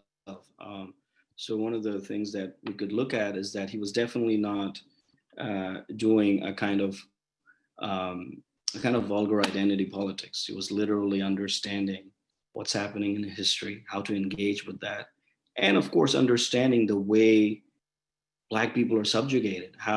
We've been doing all this conversation with Frank Wilderson, with Tommy Curry, how Malcolm in the speech on the Battle of the Bullet and other speech talk about the castration that's required, an economic, social, political castration of the Black man in order to create this world. And those of us who are serious about stopping the war on terror, for example, we have to understand that the basis of that world is Black subjugation. And as a result, it's upon us to understand this entire history. Malcolm is a remarkable, insightful organizer. One of the reasons why I would differentiate Malcolm and Martin actually is that how Martin was a mobilizer, according to Stokely Carmichael. Malcolm was an organizer. Mobilizer is someone who can mobilize a lot of people effectively. So that was the power of Dr. King. But Malcolm X was doing so many things. It's remarkable. And this is why he's a major figure for us, those of us who are serious about understanding Islam through political theory. So inshallah, I'm going to end my quick introduction to the speech, and any questions are absolutely welcome, inshallah. But do I do I guess I'm asking Hannibal now, should I do the closing quickly, just some reminders now, or should we do it after the questions if there are questions? Let's go to questions, right? Yeah, I mean, hopefully, inshallah, hopefully we get some questions, you know. I definitely would love to get people to chime in there, and I think we can even join into the Zoom if they wanted to ask the question, right? If I'm not mistaken, I'm kind of new on this. Yeah, one thing, just a comment real quick about what you were saying. You know, one thing I appreciate about how you were talking about some of the features of being a mobilizer versus an organizer is, you know, with Dr. King, we kind of have a very consistent representation of Dr. King. Yeah. But with Malcolm, you get, depending on who you're talking to, there's like 20 different Malcolms. That's right. You know, and I know he went through these developments, but I think a big part of that is, like you're saying, he was an organizer, so he was involved in organizing so many aspects of the community, of the struggle, internationally, locally. You know, he was involved at so many levels that so many different types of people found value, relevance, and importance in different aspects of what he was doing. And I think that's crucial to understand, that he wasn't just some guy giving speeches, and he wasn't just some person, you know, advocating violence like sometimes he's represented in that way. But this was someone who was seriously involved with organizing and disciplining a community, a struggle, etc., to be effective, you know. And I think that was a very important point you made. Thank you, man. I appreciate that comment, and I completely agree with you. I mean, that's yeah. There's one question I had mentioned Curry, Professor Curry, so there's a question about Tommy Curry. I'll definitely answer that, and Hannibal should also answer that if you want to. Maybe Hannibal should answer that question first, and I can add a little bit if it's needed, or if you want me to. Either way, however. I'll say just a little bit. You know,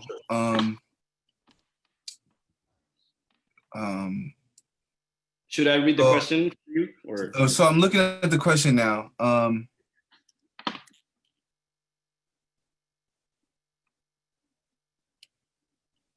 Yeah, so one thing I would say is, yeah, I think that's a somewhat intricate question, and it's, you know, it's an important question. So the question is, I'll just read the whole comment. Thank you for mentioning my friend and scholar, Dr. Tommy Curry. Can you speak about his work on Black male studies and how it fits within the scholarship on Malcolm X? And so, you know, my initial response to that is, you know, Dr. Curry provides for us a specificity of understanding the Black man as a subject, Black men and boys, Black males. You know, he provides for us some very, very essential tools to understanding, you know, the psyche and the experiences of Black boys and men. And I think, I don't think that importance or connection can be overstated. I don't think, you know, I don't think that can be overstated. You know, many people have said in the past, you know, that, you know, Malcolm represented a really shining example of Black manhood, you know,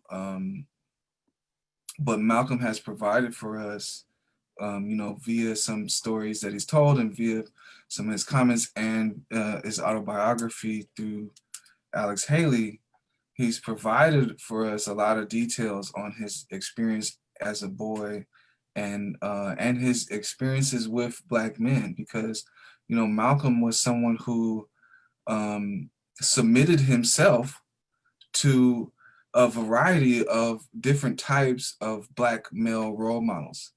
Whether you're talking about his father, who was essentially lynched when he was a little boy, or you're talking about, you know, some of his friends that he hung with in Detroit, or you're talking about West Indian Archie, or, you know, you're talking about Elijah Muhammad, or, you know, there's a number of ways that you can, you know, you can approach that question to think about Malcolm X and the kind of gems that we can take away from that. And I think that, you know, my response to that is that Tommy Curry is providing us with indispensable, essential tools to understand what we're looking at.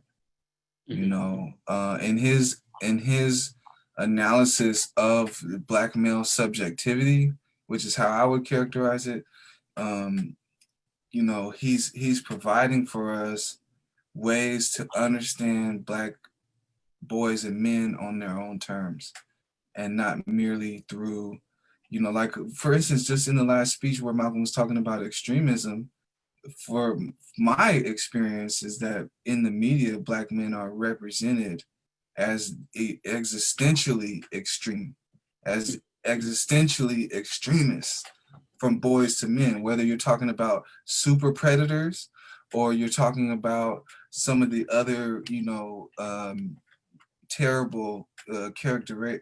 So this super predator was a term applied to Black boys, right?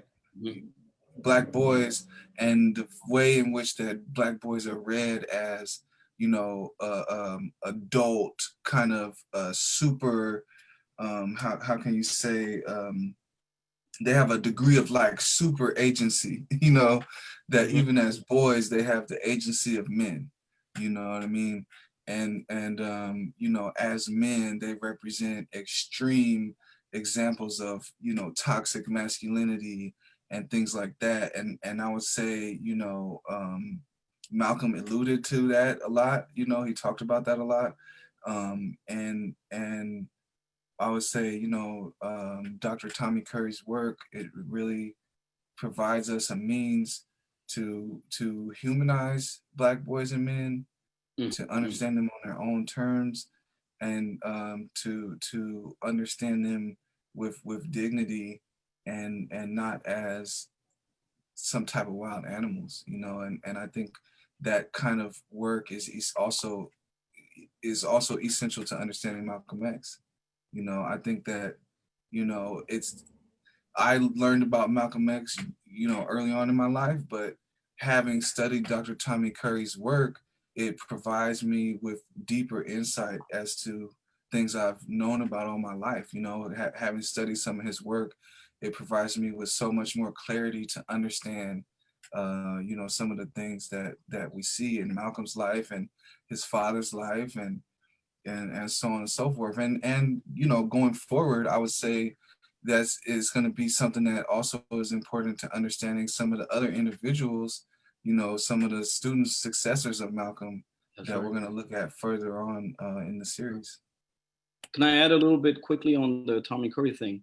You know, Dr. Curry, thank you for this question. We really appreciate this question, and it really takes us to the crux of the matter, which is Dr. Curry makes it clear that intersectional analysis, which wants to, within the genre of Blackness, wants to put the Black male in the place of the white male, because they want to say that Black males aspire, the academics often say, aspire white patriarchy. And Tommy Curry completely dispels and deconstructs through systematic evidence this idea that rape is only something that happened to the female slave mainly, or this kind of paradigmatic claim is disrupted by Professor Curry, showing how systematic and brutal and consistently this was done to Black boys and Black men, and continues to happen today. And this is something Malcolm keeps talking about, how his notion of standing up and being erect is a position, a political position about a rearticulation of the human, because Black men are genred, to use Tommy Curry's words, genred as inhuman. And the remedy that these other intersectional analysis, other forms of political paradigm promotes, is that actually death is the only way out of that being of inhuman. So Dr. Curry provides an analysis that would support, in my view, and you know, we could discuss that, and I think Dr. Curry would agree that, in my view, this idea of a rearticulation of the human, completely disrupting this notion that that Black males suffer less than other Black people, right? That's something that's actually that the Academy is trying to promote. And I think Malcolm would also agree that that's not the case, that Black people generally suffer tremendous form of suffering. There's a process of violence, sexual as well, that happens, and the psychic level as well. So I think that's very significant, directly related to how Malcolm analyzed, I think. So it looks like we got, to my count, there's about 3 questions. I'm gonna prioritize one, inshallah, because, and I'm gonna read it now. Can you say something on the critical need for young people who take seriously Malcolm's work, who would like to build, but are pacified by moderate institutional Muslim and Black leadership? And so my response to that is going to be, you know, that I think that's a very essential question, and it's something that I actually, when I, you know, as I was growing up, it's something that I looked to Malcolm for the answers for those kind of issues, you know. And I think that's one of the real, you know, that's some of the main significance of Message to the Grassroots, you know, you know, and we find in the speech that he gave at Oxford Union, he talked about young people of that generation, and he talked about, you know, Black, brown, red, yellow, white, etc. He's saying like all young people of that generation are tasked with the responsibility of creating a new paradigm. You know, I don't know if that was his exact words, but he was, you know, talking about the responsibility that falls on young people, that you have to create a different paradigm, because ultimately you're gonna have to live in it. You're gonna have to live in it more than older people are gonna have to live in it. And your children are gonna have to live in it more, of course, than older people are gonna have to live in it. Right. So absolutely there's an essential responsibility that's falling on young people, whether they're prepared or not. You're gonna have to deal with these issues, right? And so, you know, from an Islamic perspective, we know that, you know, on the day of judgment, you're not going to be able to say, well, you know, I was just following these elders. If they were wrong, that's not going to absolve you, right?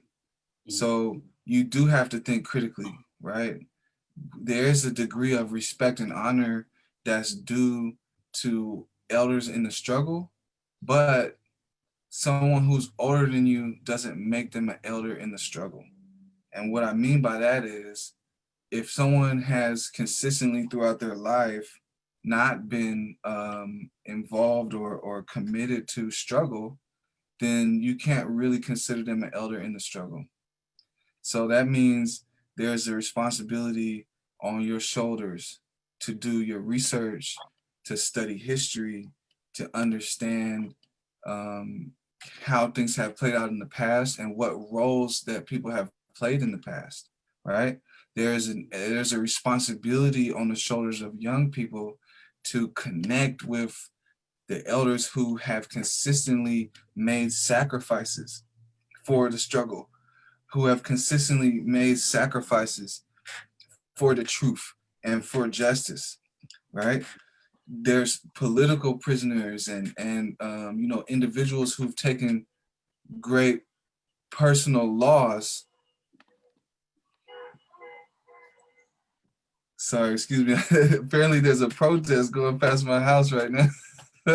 Hey, Mashallah. So, inshallah, man. but what I'm getting at is, you know, there's these elders, right, who've made sacrifices. Right. So turn to them. Find them, and they may not be right next to you. They may not be in your city. It requires right? some work, for sure. It does. It requires work. It requires work, and you definitely, absolutely, in my opinion, you do want to learn from your elders. I mean, I was fortunate to have elders around me. You know, like my father heavily encouraged me to be involved in struggle, and you know, the people that were around him were the same way, and they taught me a lot of things and were able to point me in different directions. But everyone doesn't have that. I recognize that as a privilege, but nonetheless, right?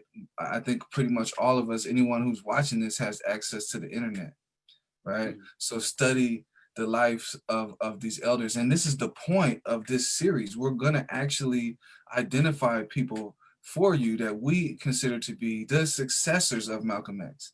So they were younger than him, but they're our elders. Some of them are still alive. Some of them are still in prison and you know, still making sacrifices to this day. And so I recommend to get with that and understand, study and understand by what nature are these people using, what methods are they using to pacify you, you know, and understand the methods that they use so that you can protect yourself from it, you know, understand the methods that they use so that you're not, you know, you don't become a victim to that, inshallah. There is a live question, Hannibal. If we click answer live, I think you and I can answer to that question. It's on the bottom Q&A. So if you want to answer that, I mean, we could both give our points, so it would be great. So do you want to answer live, or do you click on that, or do you want me to? Please go ahead. Yeah, go ahead. And I'll, if need be, I'll respond after you, inshallah. Let me see. Oh, there's no open questions. I don't know what happened. Oh, I haven't. Click under answered. It says type answer, but I wanted to say something, but that option disappeared. So, but let's answer it here. I mean, he's just won't come. I mean, he's seeing it from wherever he's watching. So the question, Hannibal, is I missed most of the conversation, but listen to the last 2/3. And I'm interested in distinguishing between the foundation in the approach of Christianity and Islam. Where does the split occur if both are Abrahamic religions? And how do we create a completely different movement outside the current version that is not in opposition?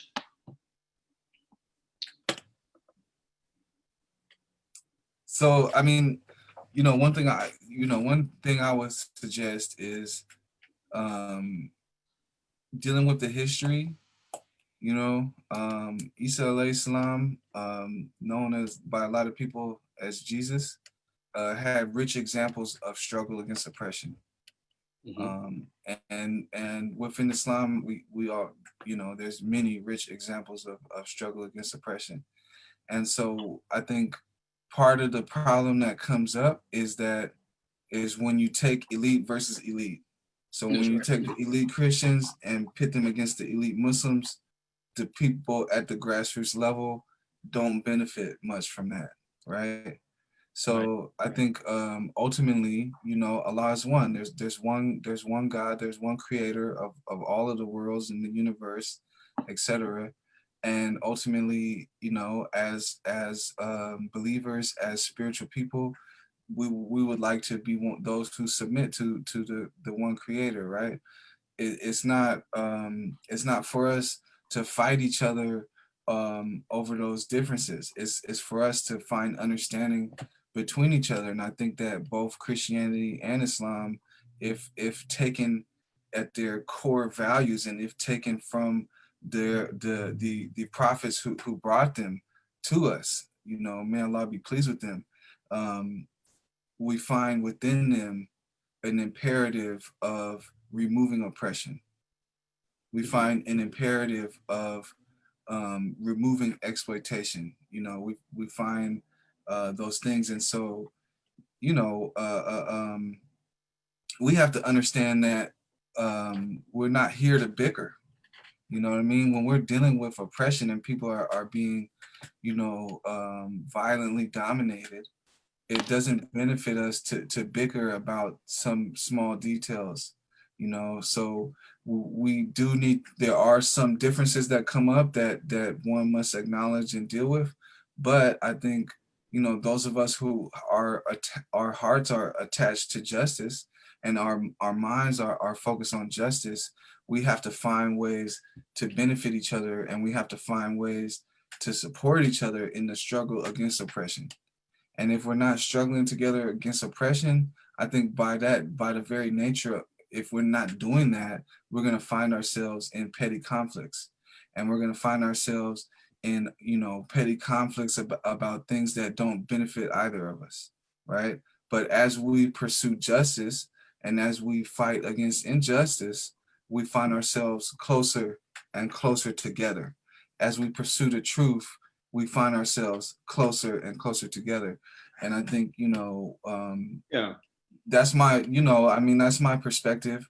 You know what I mean? I'm not an Islamic scholar, so I can't, take authority positions on a lot of things, but in terms of within my community, I absolutely welcome the bonds, and I welcome the kinship, because, we're cousins. A lot of us are actually directly related. When you talk about Muslims and Christians, at least in the Black community, you're talking about sisters, brothers, cousins and stuff, so maintain our ties, and if we're in the same community, find ways to benefit each other, and don't try to find petty things to bicker about. Find ways to support each other in a struggle for justice, inshallah. I would just quickly add that the Quranic imperative, 60, Surah 60, ayah 7 through 9, the ways to work with non-Muslims. It's kind of identified, and Sayyid Qutb and Maududi provides quite a bit of good commentary on how to think about non-Muslims and 3 types of non-Muslims, not just Christians, that there are non-Muslims who are going to actually engage in the world that actually supports Islam. Alhamdulillah, we can work with them. There are non-Muslims who are going to be kind of neutral and they won't harm us. Alhamdulillah, we can engage with them to an extent and give da'wah and so on. There are non-Muslims who are going to try to harm us. Absolutely we were fighting against them. And that's the whole point. That's the oppressor. And of course, there are the hypocrites who work with them and so on. That's also our enemy. So that's a very clear kind of 20th century Islamist response, I would say, from the various texts that we have, from whether it's like Qutb, Maududi, Hassan al-Banna, whether it's Abdullah Azam, and so on. And of course, Malcolm X, I think he would agree with that position. And his ability to work with not all the Black leaders, he worked with specific ones that were going to push a certain line. Not everybody in Big Six was later on cool. Like they were still continuing to be Big Six. Certain ones corrected themselves. So Malcolm was able to work with them, inshallah. So there's another question, which is a really good question. I can try to answer that quickly, and I think Hannibal has a lot to say probably about that. The question, let me read it. The question is, where do you see the divergences in the thinking and aims of Malcolm X and of Afro-pessimists like Wilderson?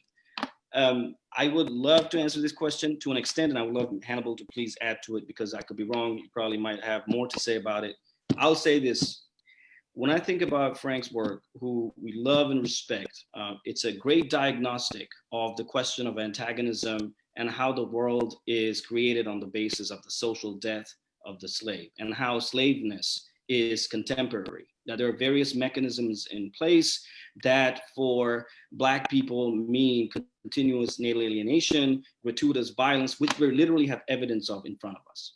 This doesn't mean Frank thinks that Black people never do certain things in civil society, and that there's not a bourgeois Black people who mythologize themselves to participate in sort of the war machine. Some of them do, etc. Frank is not denying that. There is this misunderstanding that Frank is saying there's no involvement of bad politics by some Black people. That happens. So the main idea that Frank Wilderson is doing is providing a paradigmatic understanding of how the world is based on American history and slavery.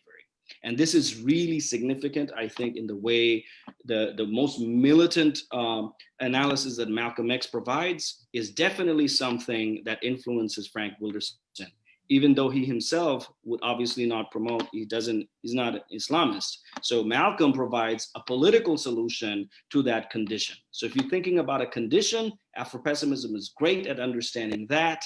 And if you're thinking about a political solution that is militant and about the rearrangement of the world, epistemic rearrangement, how the world is constructed, that's where Malcolm is going to Islam for that. Malcolm is addressing Black specificity by looking at Black nationalism in a very different way than reactionary nationalism. He's doing a very different kind of generative nationalism, which deals with the question of economy, the question of psychic life, the question of spiritual condition, the psychoexistential condition of Black people. And he understands that through a history of Islam, contemporary dynamic Islam, not the Islam of the civil society. One thing I would quickly add that there are Islamists now who call themselves Islamists who are only epiphenomenally Islamists by name. Phenomena, the core politics is bourgeois civil society liberalism, bourgeois civil society trying to give me a little bit of rights so I can be this domesticated person, whatever race they are, okay? So that position is not an Islamist position from the perspective of what I would call 20th century Islamism, of which I think Malcolm is a central figure and the main figure to come up from in the Western Hemisphere.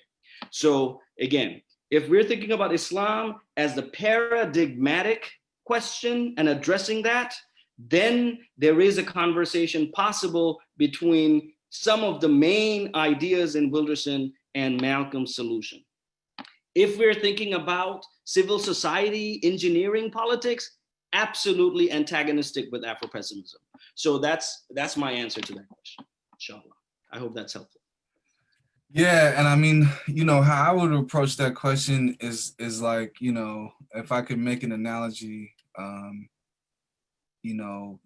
when if you're having illness that you can't solve on your own, right? For instance, you have a cold and the symptoms don't go away, right? After you've done, been through the period of how it should have went away after this period, right? Or you've done the remedies and the remedies don't seem to work. At a certain point, when you begin to take it serious enough, you're going to want to go see a doctor, and the doctor is going to do testing, and they're going to ask you questions, etc. And they're going to try to ascertain the nature of the illness. They're going to try to ascertain like what kind of state you're in, to understand, you know, what is actually wrong with you. And I would say that specific narrow function, which it's a narrow function, but it's something that deals with a wide spectrum of things, right? But nonetheless, it's a narrow function of diagnosing a problem, right? So Afro-pessimism doesn't generate an identity for you, right? Afro-pessimist is kind of like, you know, something that people like to say, but it, you know, it's kind of like a misnomer, because it's something that doesn't generate an identity for you. It doesn't generate hope for you about what success is. It's specifically focused on detecting the problem. It's specifically focused on identifying and clarifying the nature of your illness, right? Is something that is narrowly focused on saying, where do these symptoms come from, right? If you haven't been able to identify the illness, where do these symptoms come from, right? And then let me give you an example of you know, how I see, you know, Afro-pessimism versus, you know, Malcolm's work and Malcolm's tradition. Afro-pessimism can tell you exactly what's wrong with you, but it does not attempt to solve the problem. Right, right. It's completely interested in just diagnosing the problem. Right. And this is something that Frank Wilderson has, you know, is expressed emphatically, that, you know, it's not his job to come up with the solution. Right. And I think that some people take that as being irresponsible. Well, you know, you don't want to come up with the solution, but you have to understand that, you know, he's committing himself, and this particular tradition of scholarly work is committed to fully taking serious the problem and giving the problem its proper attention, right? Right. And so it's dealing with the idea of what is reproducing Blackness upon Black people, and Blackness as a experience. What's reproducing the Black experience of subjugation and gratuitous violence, etc. Right? That's right. What's recreating the situation when we're past the state of we should have gotten over this by now. We're outside of slavery, but we still have symptoms of slavery. Right. You know, we're outside of these, you know, segregation or Jim Crow, but we're still having the symptoms of it. We're outside of these various things that one could have considered periods of history, yet we still have the symptoms that Black people had of those periods of history. You know, and I think that's kind of what Afro-pessimism is doing. Yeah. Right.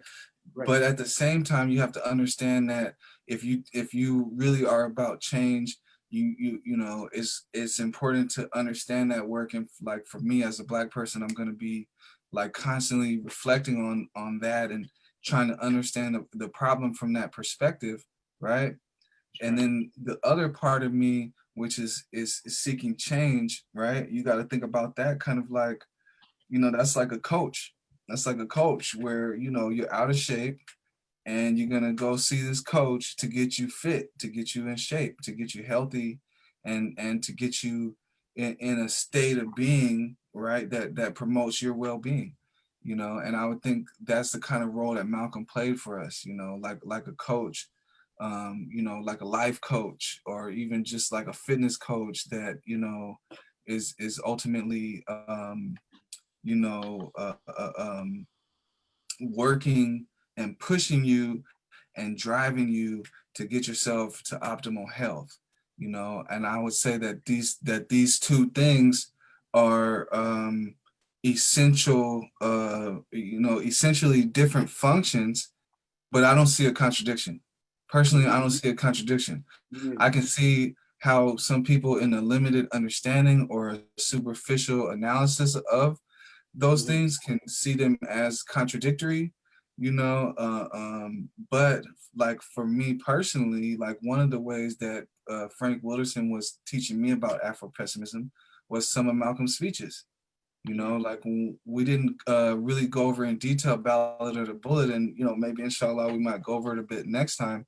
But Ballad of the Bullet was one of the essential texts that when I was studying with Frank, he emphasized for me to study and understand what Malcolm was saying by the Ballad of the Bullet, and this was one of the ways in which as a young person, he was helping me to understand and